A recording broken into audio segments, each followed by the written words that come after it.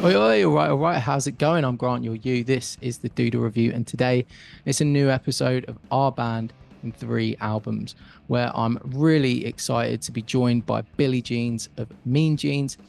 If you don't know Mean Jeans and you're into your straight up punk rock that leans maybe into a bit of power pop, if you like old school bands like Ramones and you like new school bands like The Chats, then you got to get into them. Their latest album, Blasted, is probably one of my favorites of this year.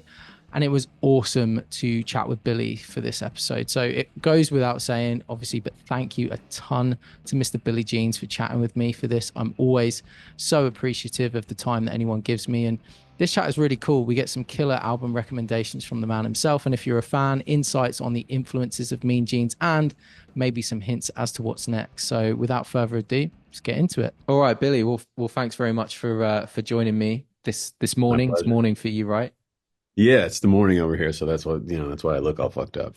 Right now. Well, I it's I evening always over here, which is why I also look so fucked up. So there we go. We're on the same page in that regard. Um, Thanks for joining me for this. Obviously, the segment is our band and three albums. Before we get into that, I always like to kick things off just by asking, whether it was on your phone, streaming in the car, maybe aside from the free records that we're about to listen to or talk about, but what have you been listening to lately? okay. Good question. Um, let's see. I'm like working a job where I'm making music for a project, and the influence was Big Frida. Okay, Are you familiar sick. with the Yeah, New yeah, Orleans yeah. house artist? So, not necessarily for pleasure or out of my own taste, but I do think it's sick, and I've seen Big Frida play, and just like super in your face, crazy bounce music. But what am I listening to myself? Kind of like a lot of dance music. Hmm. I'm DJing tonight in Tucson, Arizona, which is where I live, and I mean I play punk stuff, I play glam stuff, but a lot of it is um, not disco per se, but like 80s pop, Italo Okay. disco stuff. Not like disco with like horns and like 10 people in the band, but synthesizer pop.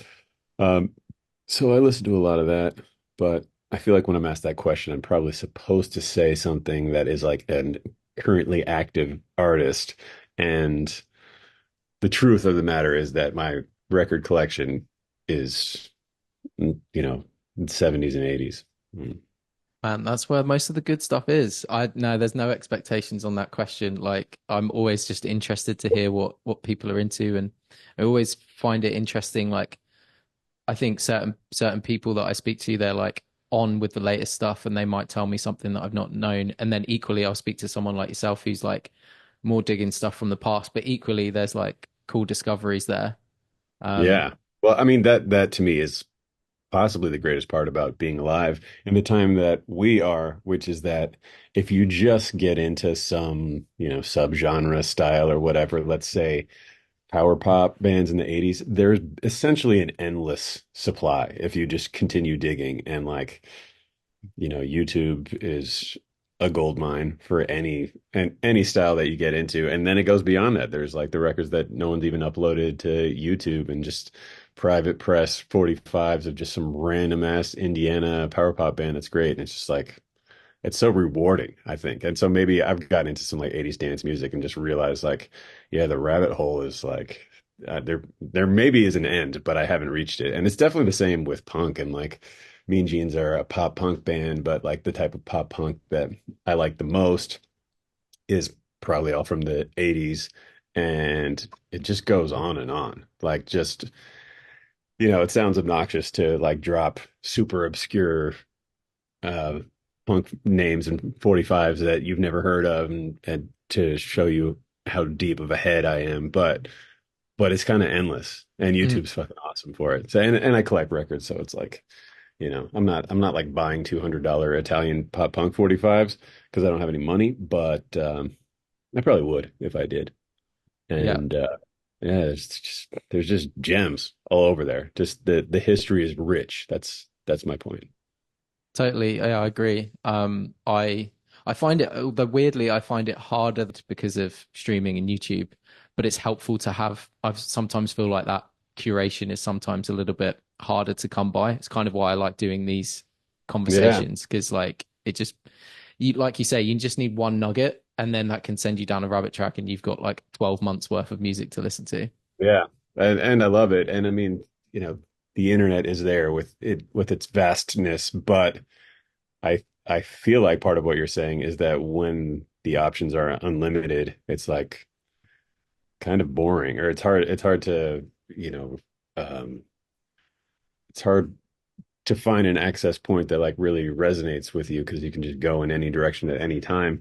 And I remember that file sharing era, and there was something sick about the experience, which I probably didn't appreciate at the time. That's just like it's like you're digging. It's like when you're go at a record store and you're like, I'm not that interested in new records, but if there's like I was just in Italy, me and Jeans were playing a fest, and I was like, hey, what store in town is going to have a bunch of Italian vinyl that like nobody has taken the time to sift through? And not because Mhm. I think I'm going to like find some $500 record. It's because I'm going to find like a $2 uh Italo disco record that just nobody gives a shit about, but it's sitting there, and like the act of digging is the fun. So rewarding. And But like, in yeah. in like the mid and late 90s, when I was getting into punk and like the other dudes in Mean Jeans too, it was like you get a comp CD, or you discover a band by recommendation. You have to purchase the CD if you even want to fucking hear it. You have to drop 16.99 or whatever it is if you just want to hear a song, which was like a way better economically was a way better system for bands. But then you look at the thanks list, and that was like it was part of the reason a thanks list to even write one if you were the artist is because it's like there's no communication between the band and the listener except the record art. And so you can be as mysterious as you want, or you could be as like, this is what we look like, this is what we're into. And then the thanks list was kind of like where you drop the other bands that you think are sick.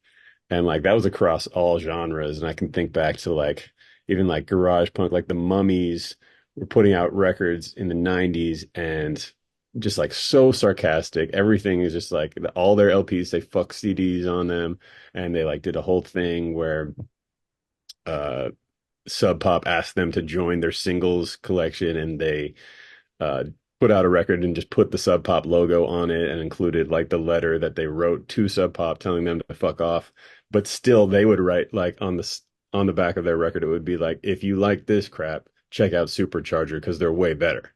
And and Sick. that's how I got into Supercharger. And I probably bought a Mummies record because they looked funny and they had mummies costumes on, and the person who owned the punk store in Washington D.C.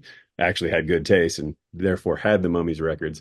But I know that like the drummer of Mean Jeans who grew up on Fat Record stuff, which I didn't so much, it was like, okay, you've heard of No Effects or whatever it is, then their thank you list like tells you, or you got Offspring Smash or Green Day Dookie or something, and then they thank Mhm. more obscure punk bands, and that's how you find them. And it's literally the only way to do it at the time. Well, there were zines and whatnot, but I when I start talking about this, I turn into like an old man because I'm like, that was better. Now you can do anything. Now you can just be lazy and it's all there, but it's just not exciting.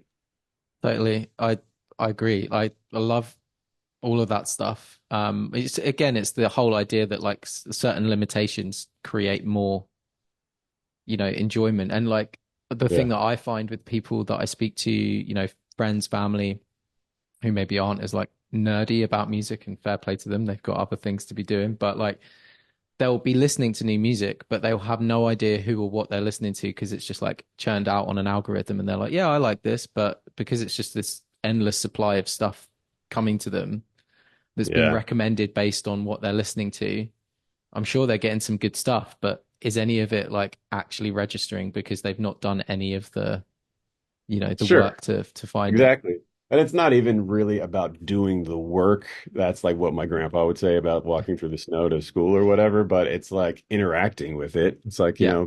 record cover is so that you can put some context to it. And maybe there's an equivalent of like following a band on Instagram and seeing how they express themselves there or something, which I think is fucking stupid. But um, if you're just listening to an algorithm based playlist, that's it's not really the same thing. And I will say that last night I had Spotify on, which I'll talk shit on Spotify all day, but also my mother-in-law's company has a family plan or something. So they were just like, you have an account and you don't pay for it. And I buy records all the time. So, I support the ecosystem in a way that works for me, but I also have to like, check out Big Freedom music for some job that I'm working. And so it helps. But anyway, it was Spotify was pushing on me a 2010s mix Right. was the title of it. And it was all it's based on what I listened to, very little of which is from the 2010s.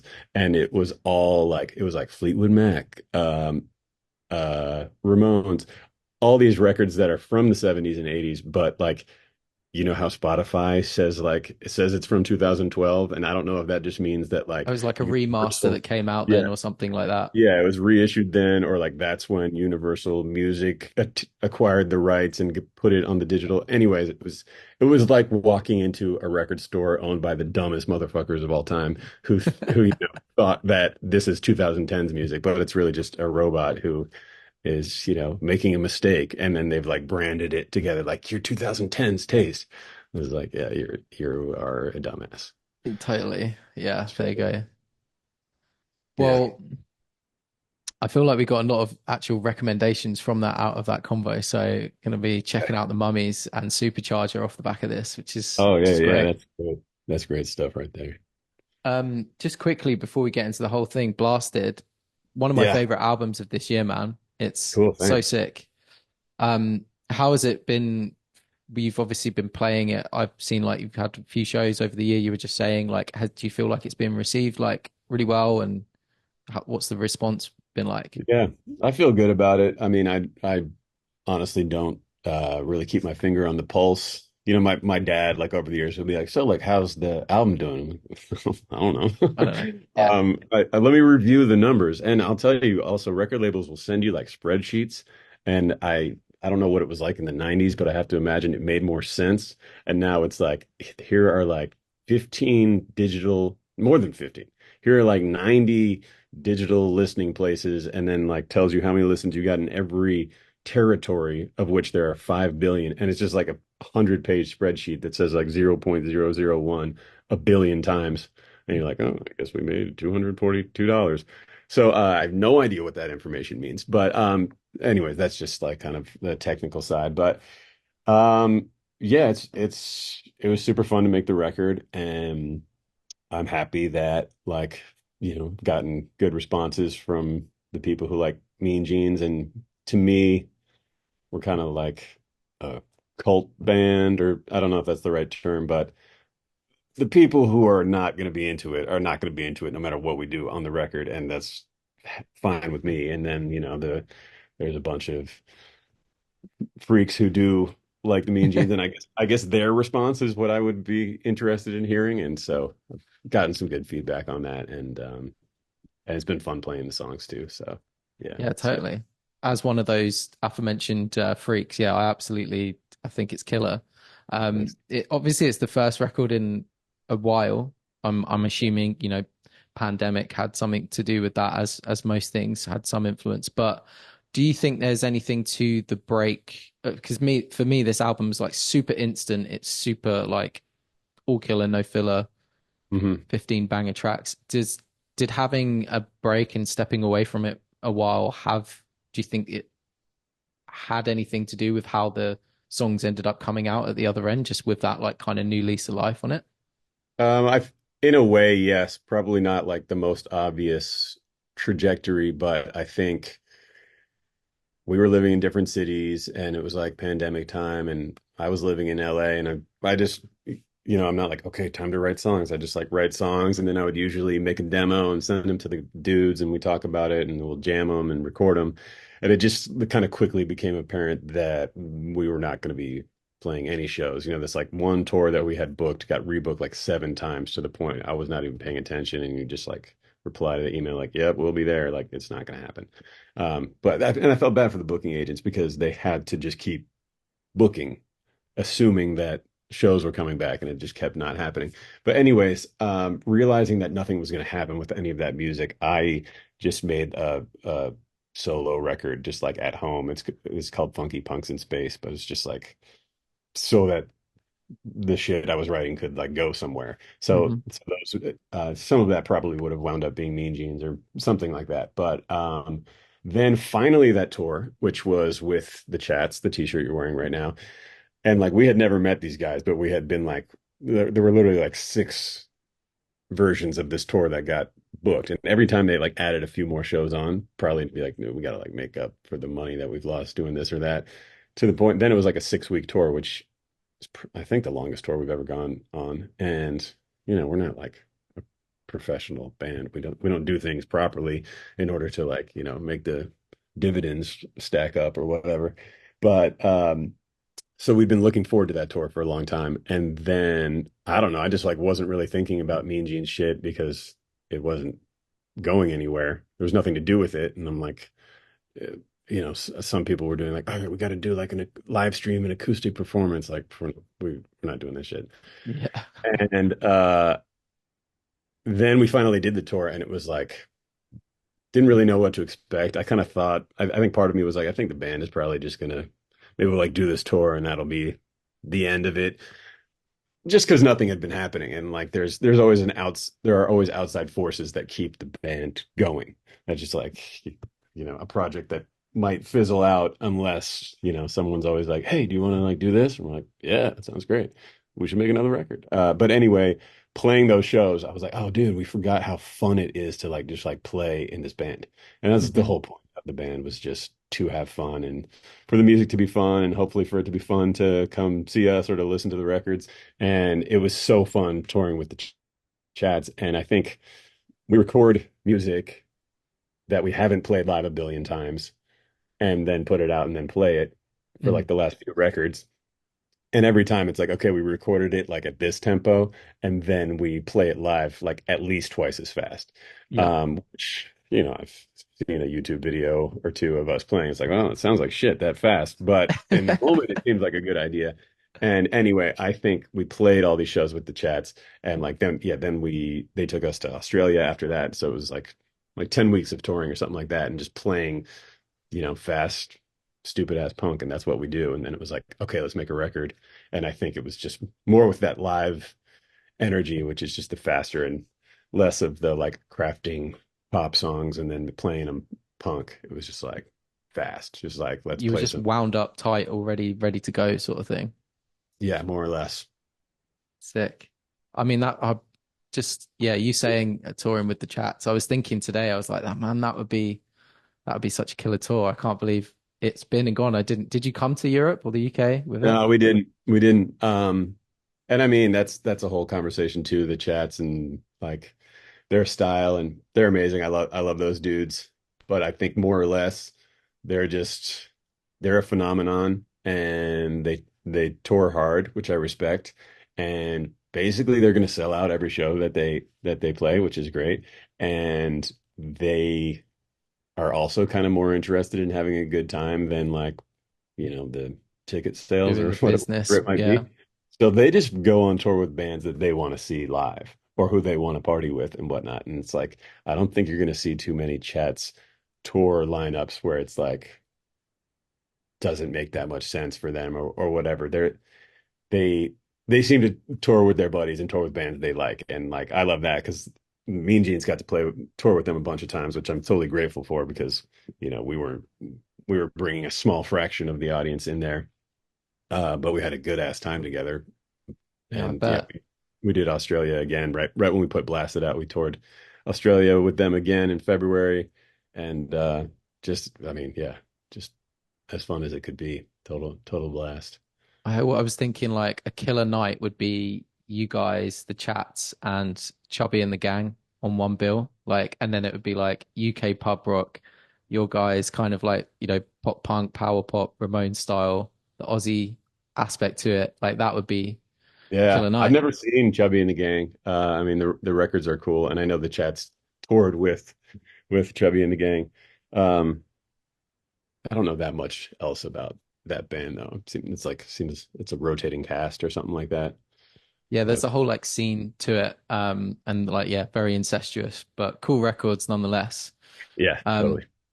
Okay, cool. Well, let's get into it. So the point of this is our band in three albums. Like in summary, I love speaking to bands and kind of asking like rather than explaining what your band sounds like, if you could just sum your sound up in three records, or Yeah. at least give the three records that inspired, what would they be? And so yeah, you've come forward, you've put together three, um, and let's go through them. So the first, I think, let's go through. You said Ramones' Subterranean Jungle, Yes. which was the seventh Ramones record released in 1983. Now, before you told me the records, I kind of assumed a Ramones album would find its way on that Yeah. list, but this one Yeah. surprised me because I figured I in my head I was like, either it's going to be the OG stuff or it's going to be maybe some of the more produced pop stuff because I hear some of that in your Yeah. Yeah. production Yeah. and in Blasted. But this one knocked me for six. So what? Yeah, Nice. give me the story. Like, Um, what? Why this one? this, yeah, it's not something that I've like intellectualized. It was just kind of the truth was that I met Jeans Wilder and we started the band and we were just a two piece for a year or two or something like that. And I think I was flipping through his record collection and he's all like into like 80s pop mostly, and of course some punk stuff. But we were talking about the Ramones, and we both kind of at the same time had become obsessed with Subterranean Jungle. And I don't know, I think it was just realizing, they're one of those bands that has so many records that I think everybody likes the Ramones, and not like calling people like a fair weather fan or whatever, but you don't really even need to differentiate between the first four albums. It's just like, oh yeah, I like that stuff. And Mania is amazing, and you kind of don't need to know the whole discography, but I guess it was just that the identity of the Ramones to I think most people is the first four records and kind of like dumb punk stuff and super dumb, really. I mean, the lyrics are ridiculous to a lot of these great songs, and they're just so simple. And then they, like any other band, kind of tried to expand. And I think from what I've read that a lot of that, didn't really land with the fans and with the people. And like, there's no like guitar solos or guitar riffs in like those first records. Then they go for some pop stuff. And I mean, I think Road to Ruin has like some great, Don't Come Close and stuff like that, where it's like power pop and the guitars are no longer like and it's like Mm. kind of, and I guess it's them reaching into power pop territory more or less, which yeah, which I don't think was necessarily successful for them. And but Subterranean Jungle the production is ridiculous. I mean, it sounds pretty bad. Like the sound of the snare drum is like, what is going on? I was thinking that Um, today, man. I was like, geez, how? How did that? Even but on the but remasters. I know, but that's really just if, and I would imagine that the album was a failure, to them at the time. But if you don't put it under a microscope and you're just listening to it, it's like the songs are so good and they are all pop. And the first two songs on the record are cover songs, which is just such a weird move it makes absolutely no sense. I think a lot of things about Subterranean Jungle don't make sense, but none of that is a reason that it influences the Mean Jeans or even that I'm in love with it. It's just that the songs are so good. There's just Yeah. and I mean, Outsider and Time Bomb. Yeah, it has some songs that are not celebrated, didn't make it onto Mania, that to me are just like great songwriting, super simple and great lyrics. And it also, in a different way, the early Ramones records, they're singing about stuff that no one's ever sung about before. And I think that's part of like the impression and uh, how they made an impression. But I think it's the same for these in a different way. And just the like, I'm just a guy who likes to get drunk. I'm just a guy who likes to dress punk and get my kicks and live my life or something like that. It's like, I don't know. Nobody's saying I'm just a guy who likes to get drunk in a song except Joey Ramone Mm. and Dee Dee saying the silliest stuff like Time Bomb. I'm gonna brag about it, gonna kill my mom and dad. I won't feel bad about it because they treat me so bad. Just kind of like just dumb, but also totally nailed it, I think. So it's just a lot of hits and they're all really catchy. And I think it's a lot less of the like um I actually don't know how to describe a flavor that the Ramones do on the early records that's a little just more like less pop and more just kind of slamming punk. I think Subterranean Jungle is a bit less of that and a bit more of the power pop.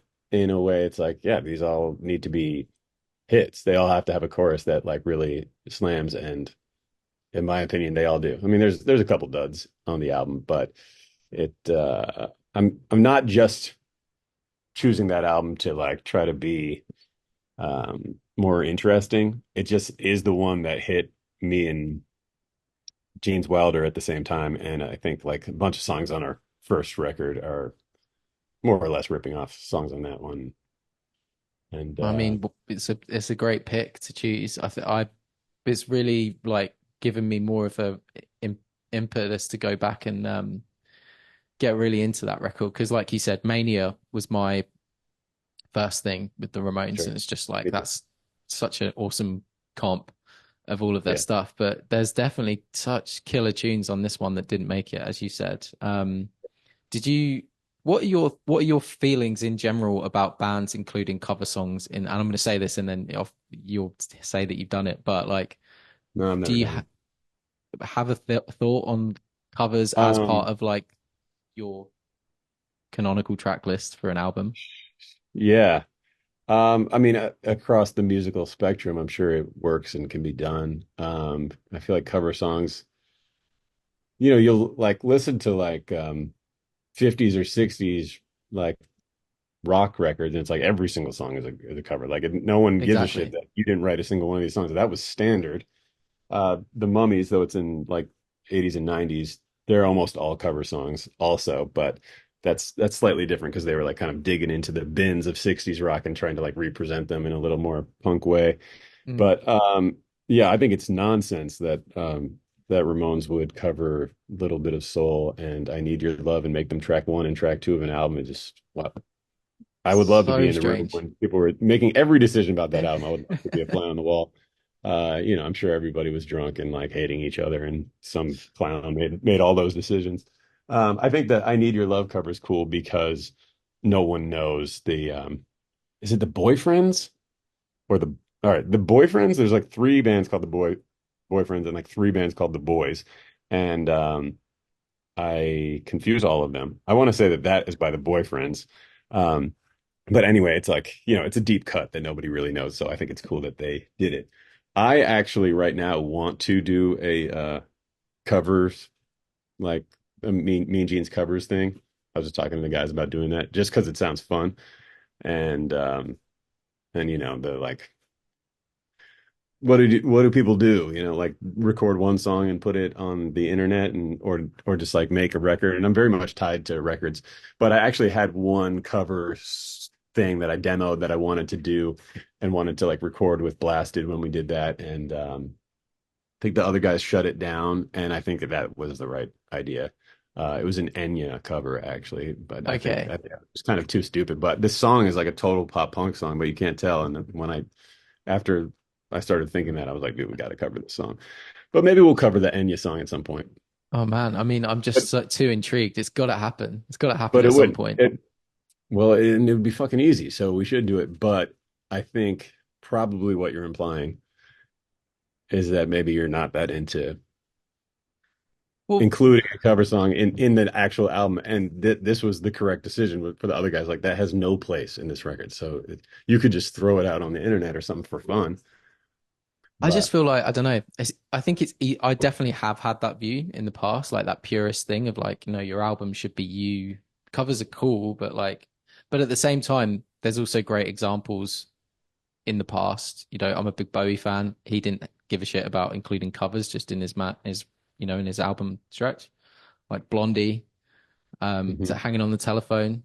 Killer song Yeah, cover. I think that well that there's like covers and what it means to do it and like what you're trying to communicate has evolved a lot. And now I'm like, trying to buy some coffee, and it's like every song is some like soft acoustic female vocal of an old song. And actually, a buddy of mine in town who I ran into yesterday was like, "Oh, I was just thinking of you because there was this acoustic pop cover of Beat on the Brat playing at the coffee shop." And I was like, "How is that even possible?" And I haven't taken the time to look, but I think we should all look it up and listen to it at some point. But I think The Blondie thing was probably like, okay, their band is hot. They need songs, Mm. and the Nerds wrote that song, and nobody gave a shit. And so they covered that less to be like, we also do covers, more like we need a song that's We good, need a hit. and that song's maybe the best song ever written. Um, uh, but yeah, it's evolved what it means to cover a song and whether you include it on your record or not. But speaking of Bowie, he did Pinups, which is all Hmm. covers. And yeah, there's a couple bangers on that. There's some duds too, but I love the Can't Explain, the Hmm. the Who cover. It's rocking. What's the one with the big riff? Like, there's like, I was in a skate video that we used to watch all the time. I was like, that is such a tune. And I think it was on Pinups. It will come to Oh me. dang. I'll figure it out, but I don't know right now. Okay, so album one, then the Ramones, Yeah. Subterranean Jungle. Also just like tidbit on that, I was Wikipedia diving, but you know that Marky Ramone is on like the kind of on the outskirts of the cover because they were going to kick him out of the band. I don't know if that's true. Yeah, he's like they like pasted his face in the window of the subway looking like kind of lonely. Dude, I kind Savage. of forget even what the story was, but I know it was like he like was drinking too much and then like convinced them that he had stopped, but he was actually just like hiding all the booze in the trash can at the studio, some ridiculous shit like that. But you gotta love it. You gotta love It's all Marky too. all for the law, right? All for the law. Yeah, yeah. But I think as far as like that album as a whole and its influence on Mean Jeans, it's like trying to write concise poppy songs with like punk energy and like just like idiotic lyrics, but somehow there's also like something in there that maybe like Kernel of truth. yeah, kind of hits you. Yeah, Totally. So album number two, The Vandals, Quickening. This is fifth record by The Vandals. It was in 1996. yeah. Um, yeah, give why Man, this one? did you know this record? No, I know The Vandals, but this one is like not in the. I'm like real Uh, fast diarrhea. Bit of a fair weather fan. yeah. No, the Fast Area rules. The 1996 is definitely the year that I bought my first punk records, and I was 12, so I'm 40 years old right now. But so it's probably just about timing, but I know all Hmm. three of us love that record, and I don't think that we've ever talked about it. There's definitely some talk about Subterranean Jungle and Mean Jeans and like kind of like the direct connection, whereas Vandals, there's no specific tangible connection, but I know that it's in like all of our DNA. And to me, it's just like songs are like fast, they're funny, and Hmm. like not that many bands not or I don't even know if people appreciate music being funny. A lot of people don't want their music to be funny, I would guess. But like I don't know anything about Bad Religion, but my guess would be none of their songs are funny because they're a fucking serious band and they're singing about something serious. Whereas the Vandals, it's like ridiculous again in a different way than the Ramones. These are just trying to be funny Yep. and throw a bit of like misanthropy in the mix where they're just talking shit and just like the world is a shitty place and no one ever has to be born is a lyric on the first song on that record. Songs are all good. They're all catchy. A lot of them are really fast, and So fast. you can tell they're having fun. They're also super talented musicians, which is where we depart from them. They're not dumbing it down. And Warren Fitzgerald is like a guitar hero, the guitar player of Vandals. He's like a film composer who's in Oingo Boingo, and he's like a Yeah, mad. right. Yeah, it's nuts. And I mean, if you really jam that record and all of their records until a certain point when it gets a little stale, his guitar solos are insane. He's like it doesn't even make sense. You can't tell what's going on, but it's just like this brilliant guitar solo. So I love the Vandals. I don't sit around and listen to them all the time, but they're funny, they're fast, they're kind of like have kind of like a piss and shit kind of attitude, and I love them. I love them. Yeah. Yeah, it's killer. It was a good pick. Yeah, and it makes sense that certainly the speed. So did you you saying like this is in the area that you were getting into punk. Did you ever catch them live or any bands around of the Vandals kind of like Yeah, thing that at that time? I actually, all of us in Mean Jeans were like a Portland band, which is insanely far away from Washington, D.C., but all three of us, in a roundabout way, all grew up there. Right. So, incredibly far for the 90s from the Southern California, Orange County punk scene. And I mean, culturally, it's like night and day. Mm. Like punk became like cool and could be like your job in Southern California, whereas like in where I grew up, which was in the suburbs. It was like, there are two people at the high school who have even heard of what punk is, and then you become best friends, etc. And then DC has its own kind of rich punk history, but it's all DIY and it's like a bunch of freaks. Whereas like when I think of once we get into the 90s, I think of Southern California as like, it's like in. It's Hmm. like everyone got these like long cargo shorts and like Vans on and everybody skates and there's so many bands that came out of that scene that are super successful, like Real Big Fish or whatever. I think all those people probably, went to high schools right next to each other and no Yeah. doubt, shit like that. But I've never seen the Vandals once, which is a complete regret. And we've talked to the woman who runs Fat Records. We're like, just put us on the Vandals Christmas show because they do a Christmas show every year because they have an insanely good Christmas album called Oi to the Yep. World. But I have no idea why I've never seen them, but I will give props to our bass player Jeans Wilder because, sorry, Junior Jeans is his stupid fake name. His name's Richard, but he and I were hanging out in middle school. We were in a punk band in '97 called the Dirty Rats, and he wrote a handwritten letter to the Vandals, and they replied, and he still has the letter that they wrote Oh, back. He's like, he killer. is dipshit 13-year-old child who wrote them and was like, how come you never come to DC? Like you got like, and he's sincerely talking about how they can play in his parents' backyard, which is like, Oh. like, so I still have a soft spot for that. If when you ever like get now, it's like a DM instead of like a proper, snail mail in child's handwriting. But you gotta love just like totally naive young people asking about gigs and makes you feel really bad when you realize that like almost every show is 21 and up and you're just like, damn. Yeah. So, which definitely would have been the case, but I forget what they wrote back, but he still got that letter and they were like super sweet and, said that they were going to make it to DC at some point. And I think he sent a picture of himself with like a Vandals shirt that's like this guy vomiting out the Vandals logo. Um, anyway, classic shit. Um, Most of the, yeah, I remember like back in those days seeing like, what I see, Face to Face and MXPX and the specials and Slayer and those were like the type of gigs that I got convinced my dad to drive me to go see, when I was 13, but they were kind of further and fewer between. But and then there was just like a good kind of hardcore scene in DC where there were like local shows, and then I started playing in bands like that, and I thought the Mhm. scene was totally amazing at the time.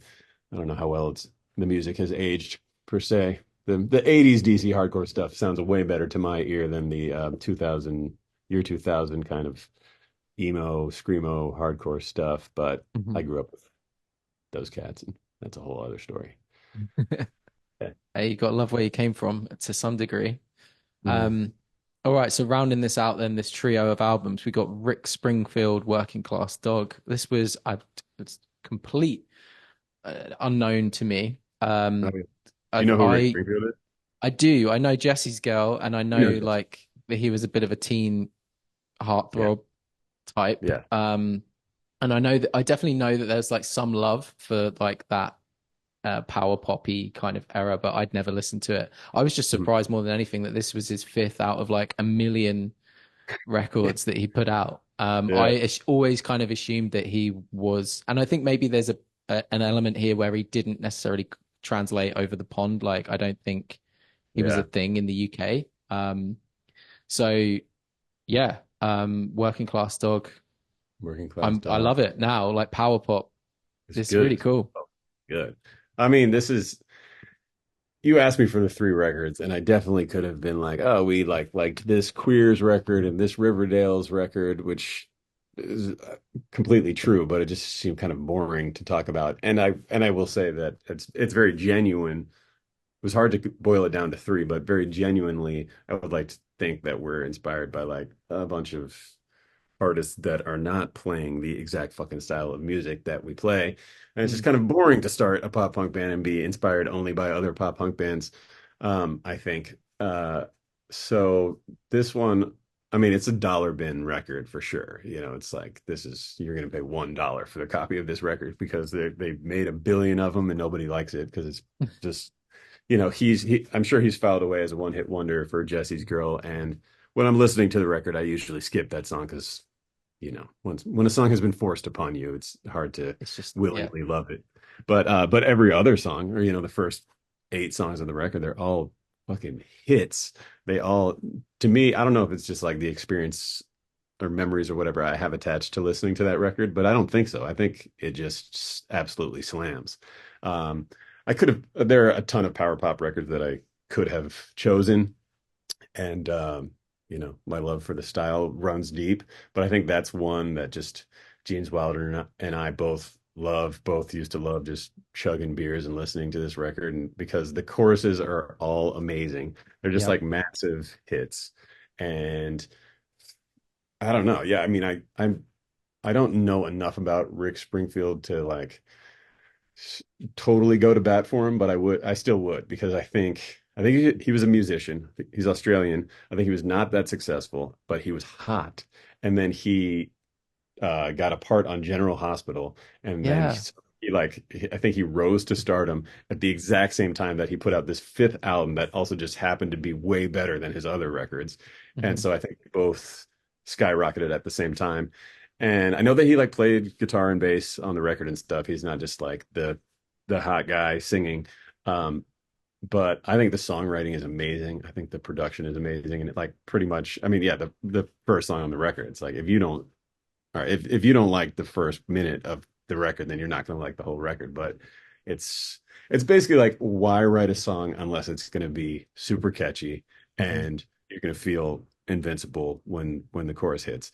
And I would love to be able to say that that is the truth about Mean Jeans. It is absolutely not. And the production of our records is just like power chord and a drum beat, and there's no there- we'll throw some synthesizers in for fun here or there, but we're not we're recording a record for 4 days, whereas I wouldn't be surprised if Rick Springfield and every other great record that you love from the 70s and 80s, unless it's shit punk, they spent a ton of money and a ton of time in dialing everything. And that record is totally dialed and Yep. perfect. It's like, It's crisp.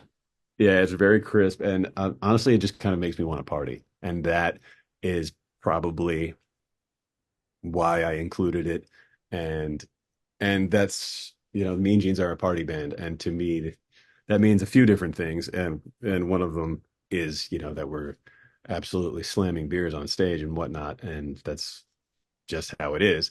But also I hope that it's like both listening to a Mean Jeans record or going to see the Mean Jeans, I hope is like a good excuse to party. And like I wouldn't put on Working Class Dog uh unless I'm trying to get amped up.